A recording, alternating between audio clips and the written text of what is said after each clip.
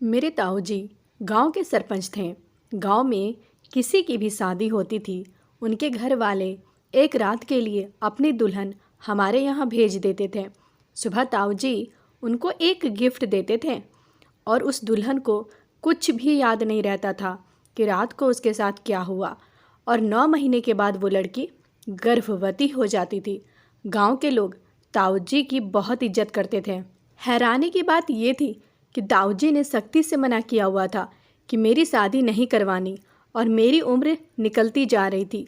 एक दिन गांव से एक दुल्हन आई जिसको मैं अपने कमरे में बंद करके खुद उसकी जगह दुल्हन बनकर ताऊ जी के कमरे में चली गई। जब कमरे में गई तो सब लाइट बंद थी और फिर अचानक से ताऊ जी ने मेरे साथ ऐसा काम किया कि मेरी जान निकल गई। ताऊ जी ने मेरे साथ जो कुछ बातें सिर्फ तकलीफ़ देती है और कुछ नहीं। गांव में मेरे ताऊ जी को बहुत इज्जत थी। गांव के लोग उन्हें बहुत इज्जत और सम्मान से देखते थे, उन्हें बड़ा मानते थे, बहुत लोगों की मदद भी कर देते थे। हमारे गांव में एक अजीब रिवाज था, जब भी किसी लड़की की शादी होती वो हमारे घर में पहली रात के लिए दुल्हन बनकर आ जाती और पूरी रात ताऊ जी के कमरे में गुजारती। सुबह एक गिफ्ट ताऊ जी उससे देते, वो तोहफा लेकर वो चली जाती। उसके ठीक 9 माह बाद वो गर्भवती हो जाती। मुझे यह बात हमेशा ही अजीब सा लगता था। भला ये क्या तरीका था कि शादी के बाद दुल्हन दुल्हा के पास जाने के बजाय पूरी रात ताऊ जी के कमरे में। मैं जब से 14 साल की हुई थी यही देखती आ रही थी। पहले पहले तो इन बातों को समझ नहीं पाई थी। अब तो मेरी उम्र भी 28 तक पहुंच गई थी। मैंने बहुत बार मम्मी से ये बात जानने की कोशिश भी की, लेकिन वो भी कुछ नहीं बताती थी। कहती तुम चुप रहो और खबरदार आइंदा से बात पूछी भी तो। इस बार मेरी बचपन की सहेली की शादी थी। सिमरन और मेरी बहुत गहरी दोस्ती थी। अपनी शादी पर सिमरन बहुत घबराई हुई थी। अपनी मेहंदी के दिन उसकी रंगत उड़ी हुई थी। मैंने उसे छेड़ते हुए कहा, दुल्हा की संगत का सोचकर घबरा रही हो। मेरी बात पर वह फीकी सी मुस्कुराहट लिए वो मुझे देखने लगी। कहने लगी, नहीं, तुम्हारे ताऊजी को सोचकर घबरा रही हूँ। सच बता नीलम, तेरे ताऊजी नई दुल्हन को अपने कमरे में रात भर क्यों रखते हैं? मुझे तो अपने होने वाले पति और गांव के बाकी लोगों की हरकत पर हैरानी होती है। शादी किसी से और विदाई किसी और के कमरे में। सिमरन की बात सुनकर मुझे दुख तो हुआ। मैं उसकी बात पर सोचने लगी कि वह ठीक ही तो कह रही है। अगले दिन दुल्हन बनकर मैं सिमरन के चेहरे पर रौनक नहीं थी। आंखों में खुशी की चमक के बजाय उदासी थी। रिवाज के मुताबिक वो भी विदा होकर ताऊजी के कमरे में बैठ गई। न जाने क्यों, लेकिन इस बार तो मुझे नींद नहीं आ रही थी, क्योंकि मुझे यह जानना था कि आखिर ये लड़कियां ताऊजी के कमरे में क्यों जाती है। जब सब अपने कमरों में सोने चले गए तो मैं उठकर अपने कमरे से बाहर निकली। मेरा कमरा ऊपर वाले पोर्शन में था और ताऊजी का कमरा नीचे के पोर्शन में था। रात को खूब अंधेरे में मैं चीज़ों को टटोल कर अंदाज़ा लगाकर धीरे धीरे नीचे उतरी। ताऊजी के कमरे की लाइट जल रही थी, इसका मतलब वह जाग रहे थे। अजीब सी बात थी, ताऊजी के कमरे की खिड़की भी हमेशा बंद रहती थी। ये कोशिश मैं पहले भी कई बार कर चुकी थी, लेकिन हर बार मुझे नाकामी का मुंह देखना पड़ा था। सिमरन मेरी बचपन की सहेली थी। हम साथ साथ स्कूल और कॉलेज तक इकट्ठे पढ़े थे। जब उसका रिश्ता तय हुआ उस वक्त मेरे लिए भी एक बहुत अच्छा रिश्ता आया था।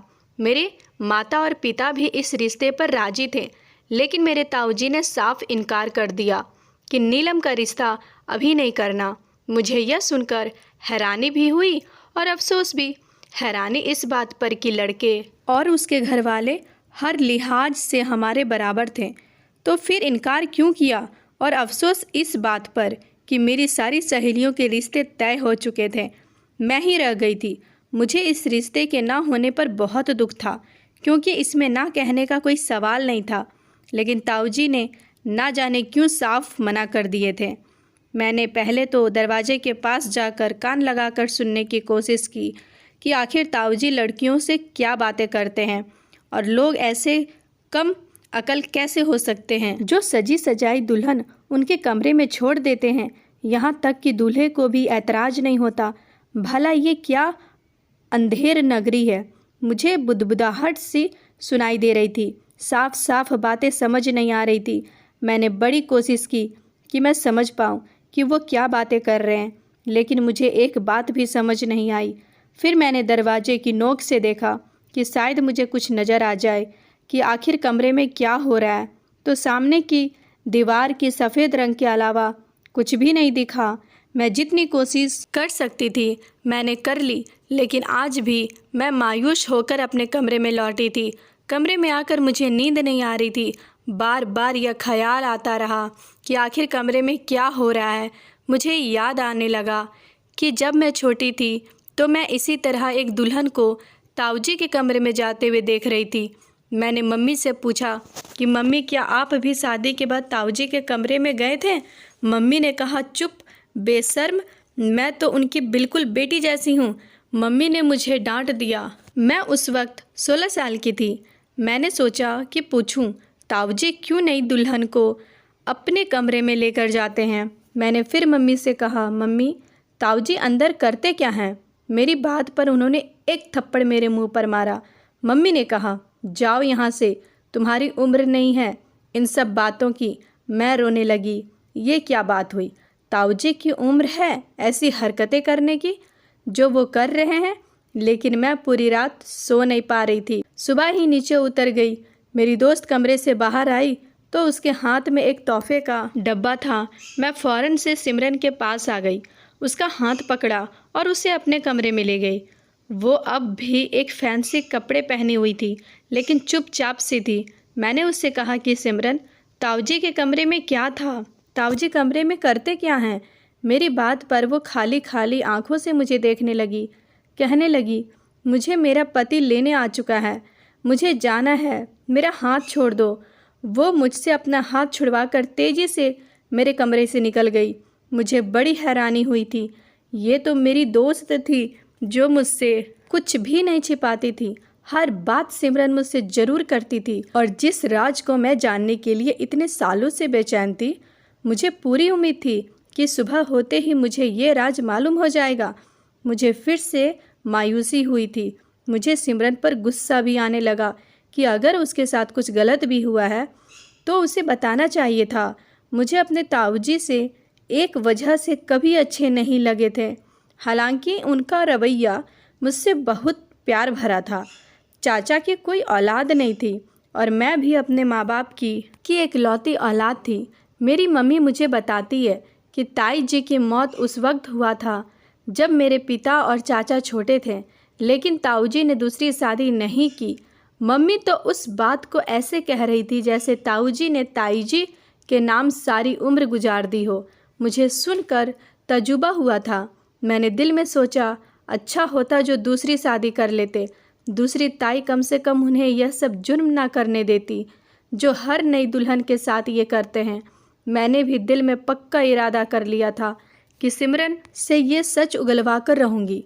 कुछ दिन के बाद मैं सिमरन के ससुराल पहुँच गई।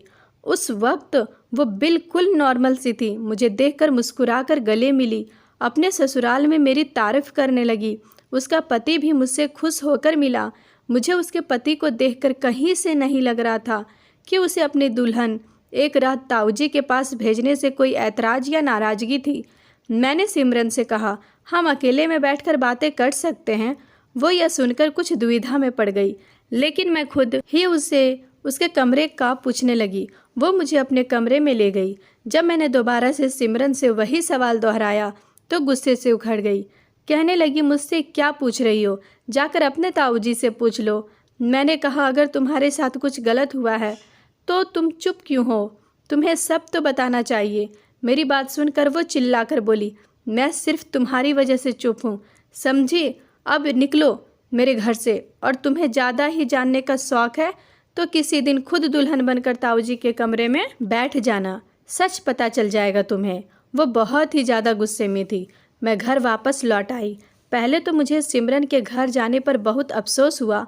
मैं सिमरन के लिए दिल्ली हमदर्दी महसूस करते हुए गई थी, लेकिन उसने मेरा जरा लिहाज नहीं किया था। क्या क्या मुझे नहीं सुनाया। कुछ दिन तो मुझे सिमरन पर बहुत गुस्सा आता रहा, लेकिन फिर मैंने सोचा कि क्या हर्ज है कि मैं एक बार को दुल्हन बनकर ताऊजी के कमरे में बैठ जाऊं। आखिर पता तो चले कि वो करते क्या हैं। ये सोच आती ही दूसरे पल में सिकन सी लेकर रह गई। ना बाबा ना, मैं भी क्या सोच रही हूँ। मैंने खुद ही अपनी सोच की जांच कर ली और उसके बाद मैंने इस मुद्दों पर सोचने से बचना शुरू कर दिया। उन्हीं दिनों मेरा एक और रिश्ता आ गया। वो रिश्ता भी हमारे बराबर का था, लेकिन ताऊजी का वही इनकार अपनी जगह कायम था। अब तो मेरी बर्दाश्त जवाब देने लगी थी। मैंने अपनी मम्मी से कहा कि बहुत हो चुका, आप लोग क्यों ताऊजी की हर बात चुपचाप मान लेते हैं? क्या मुझे यूं ही घर बैठा कर रखोगे? मेरी उम्र की सारी सहेलियां अपने घर की हो चुकी है और मैं अभी तक मायके की दहलीज पर बैठी हूँ, ताऊजी की वजह से। मेरी बात सुनकर मेरी माँ मुझे गुस्से से घूरने लगी। कहने लगी, बेशरम, शर्म बेच आई है तूने? जो खुद अपने मुंह से शादी के लिए कह रही है, यही अपनी जबान को लगाम दो।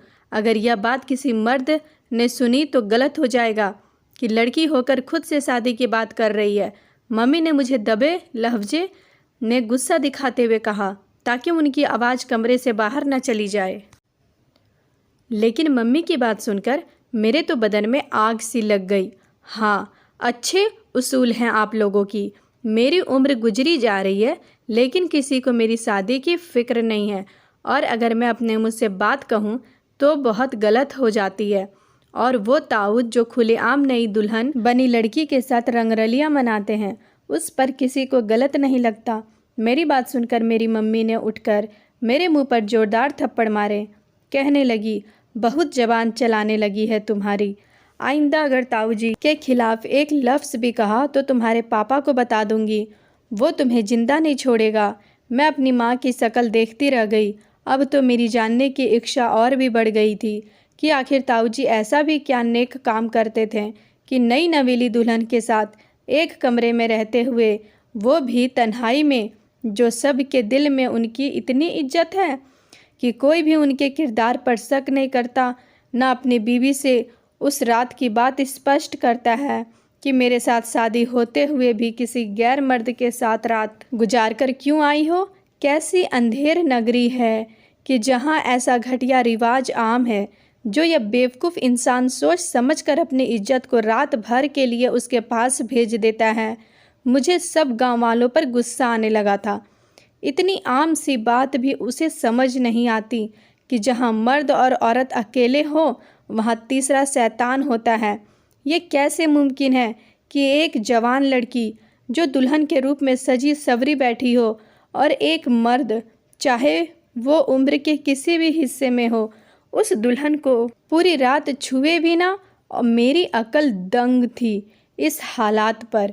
अब मुझे किसी नई शादी का इंतज़ार लगा। मैं दिल में पक्का इरादा कर चुकी थी कि इस बार दुल्हन बजाय ताऊजी के कमरे में मैं जाऊंगी। वो हफ्ते बाद एक लड़की की शादी का बुलावा आया था। ताऊजी इस बार पहले से ज़्यादा खुश थे, जहाँ तक कि अपने बालों पर मेहंदी भी लगाई, शादी में नया जोड़ा पहना, इत्र की खुशबू पहले से ज़्यादा लगाई। यह सब देखकर मेरा दिल बैठ गया था। जब मैंने दुल्हन को देखा तो मेरे होश उड़ गए। वो 15 साल की खूबसूरत और मायूस लड़की थी, इतनी मायूस कि मैं देखकर दंग रह गई थी। वो लड़की बुरी तरह घबराई हुई और बदहवास थी। पहले उसे हमारे बड़े से लाउंज में बैठाया गया। मैंने किचन से बाहर निकलकर मेन स्विच ऑफ कर दिया। तैयार तो इस बार मैं भी बहुत अच्छे से हुई थी, इसलिए जैसे ही अंधेरा छा गया, मैंने लाउंज में जाकर दुल्हन का हाथ पकड़ा और कहा कि मेरे साथ चलो। मैं उसे अपने कमरे में ले गई। मैंने जल्दी से उसका शादी का जोड़ा उससे लिया और खुद पहनकर अपने कपड़े उसे दे दिए और कहा कि तुम मेरे कमरे से बाहर मत निकलना। वो मुझे हैरानी से देख रही थी। मैंने तो दुपट्टे से अपना घूंघट निकाला और नीचे जाकर दुल्हन की जगह पर बैठ गई। उसकी कुछ देर बाद ही किसी ने मेन स्विच ऑन कर दी। सब परेशान थे कि मेन स्विच बंद किसने किया था। फिर मुझे दुल्हन समझकर ताऊजी के कमरे में बैठा दिया गया। मेरे दिल न जाने क्यों बैठा जा रहा था। इतना बड़ा कदम तो उठा लिया था, लेकिन अब बहुत घबरा रही थी। अगर मेरी पोल खुल गई तो मेरे माँ बाप तो मुझे बहुत मारेंगे, लेकिन अब क्या हो सकता था। मैं उस वक्त ताऊजी के कमरे में दुल्हन की जगह बैठ चुकी थी। ताऊजी ने जब कमरे में दाखिल होकर अपने कमरे का दरवाज़ा बंद किया, मुझे लगा मेरा दिल भी बंद हो गया होगा। अगर वो मेरा घूंघट उठा लेंगे तो क्या होगा, सोच समझकर मेरे अंदर से जान निकली जा रही थी। कुछ ही देर में ताऊजी मेरे सामने बैठ गए। कहने लगे, आज तक जितनी भी लड़कियां मेरे पास आई है, तुम उनमें से सबसे ज़्यादा कम उम्र और सुंदर हो। मैं तुमसे ये कहना चाहता हूँ कि मैं तुम्हें कल वापस नहीं जाने दूँगा। तुम्हें कल तक तलाक दिलवा कर अपने पास ही रखूँगा, क्योंकि मेरा तुम पर दिल आ गया है। इससे पहले कि वो मेरा घूंघट उठाते, मैंने कहा, ये कैसे मुमकिन है, मैं किसी और की दुल्हन हूँ। वो कहने लगे, मैं कह दूँगा कि तुम किरदार की अच्छी नहीं हो। मेरी बात पर सब मेरा यकीन करेंगे। अगर तुम मेरी बात आराम से मान लोगी तो मैं तुम्हें अपनी जायदाद से बहुत कुछ दूंगा। मैंने कहा, मुझे मंजूर है। मुझे वैसे भी अपना पति पसंद नहीं है। मैं आपके साथ बहुत खुशी से रहना चाहूँगी, अगर आप मेरी एक शर्त मान लें। तो वो कहने लगे, जो कहोगी मैं ज़रूर पूरा करूँगा। मैंने कहा, आप मेरा घूंघट उठाए बिना मुझे अपनी हर सच्चाई से आगाह कर दें, तो मैंने सारी ज़िंदगी आपकी दासी बनकर गुजार दूँगी। वो कहने लगे, ठीक है, तुम तो बहुत अच्छी हो जो मेरी बात खुशी से मानने को तैयार हो गई हो। सुबह ही मैं तुम्हारे बारे में गलतफहमी लोगों के दिलों में डाल दूंगा कि इस लड़की का किरदार अच्छा नहीं है। तुम्हारा पति तुम्हें छोड़ देगा और मैं कहूँगा कि मेरा दिल बहुत नरम है, इसलिए मैं इसे अपना लेता हूँ। मैंने कहा, अब आप मुझे ये बताइए, आपने कैसे लोगों को बेवकूफ़ बना लिया। मेरी बात पर वो हंसकर बोले, ये भोले वाले बेवकूफ़ गाँव के लोग हैं। ऐसे ही किसी बात पर इन्हें गुमराह कर दो तो ये नस्ल दर नस्ल एक ही बात को बिना सोचे समझे किसी रिवाज की तरह अपनाए रखते हैं। फिर वो बोलो कि वो शुरू से ही सबके दिलों में अपनी नेक कामों की धाक बैठा चुके थे। जब ताई जी की मौत हुई तो उन्होंने ये ऐलान कर दिया था कि वो दूसरी शादी नहीं करेंगे, क्योंकि उनके सपने में एक नेक बुजुर्ग आने लगे हैं, जिनकी नेक रूह उनके अंदर वास कर जाती है और वो हर लड़की का किरदार एक रात में ही जान जाते हैं। और वो पाक रूह औरत की ख्वाहिश से पाक है। उस औरत को बिना छुए ही एक प्रक्रिया करने से उसके साफ चरित्र का बता देती है, बल्कि वो प्रक्रिया पूरा पढ़ना पड़ता है। लोग सुनकर मेरे ताऊजी की बात पर यकीन करने लगे। ताऊजी की औरतों की हवस थी, इसलिए वो अपनी ख्वाहिश को पूरा करने के लिए यह राह अपनाए हुए थे। हर कुंवारी लड़की को वो रात को कह देते कि तुम ये मिठाई खा लो और सो जाओ, ताकि मैं अपना पूजा पाठ शुरू करूं। जैसे ही वो मिठाई खा लेती तो नशे की वजह से सो जाती। वो अपनी ख्वाहिश उससे पूरी कर लेते और सुबह एक तोहफा उसके हाथ में रख देते थे, जिसमें सोने की कोई चैन होती, और कहते, अगर इस डब्बे में चैन निकली तो समझ जाना कि तुम चरित्रवान हो। पहले पहले तो लड़कियां यही बात मान लेती थी, लेकिन सिमरन ने मिठाई खाने से इनकार कर दिया था। ये बात ताऊजी ने खुद बताई कि वो लड़की बहुत तेज थी। कहने लगी कि मेरे साथ चाल चलने की ज़रूरत नहीं है, मैं ये मिठाई हरगिज नहीं खाऊंगी। चुपचाप से जो पढ़ाई करनी है वो करो, वरना तुम्हारी ढोंगी होने का शोर मचा दूंगी। ताऊजी ने कहा, वह पहली लड़की थी जिससे वह डर गए थे। उसे पूरी रात गुनाह के लिए उकसाते रहें, पैसों और तोहफों का लालच भी देते रहें, लेकिन वो किसी तरह ना मानी। बस इतना करने से मानी कि ताऊजी की सच्चाई किसी को नहीं बताएगी। ये बात उसने कसम लेकर कही थी। उसके बाद जो ताऊजी ने कहा वह सुनकर मेरी जान निकल गई। कहने लगे, तुम्हारे बाद मैं एक लड़की से और शादी करूँगा, बस उसी के लिए फ़िक्रमंद हूँ कि ऐसा क्या तरीका अपनाऊँ कि नाम भी रहे और मेरा काम भी हो जाए। मैंने पूछा, वो कौन है? कहने लगे, नीलम। यह सुनकर तो मेरे होश उड़ गए। मैं उनकी सके भाई की बेटी थी और वो मुझ पर ऐसी गंदी नज़र रखते थे। मेरा तो सर पूरी तरह से सोचकर चकरा गया था। मैं क्या सुन रही थी, किससे सुन रही थी? मेरा दिल किया ताऊजी का गला दबाकर उन्हें जान से मार डालूं। मेरा गला फूलने लगा।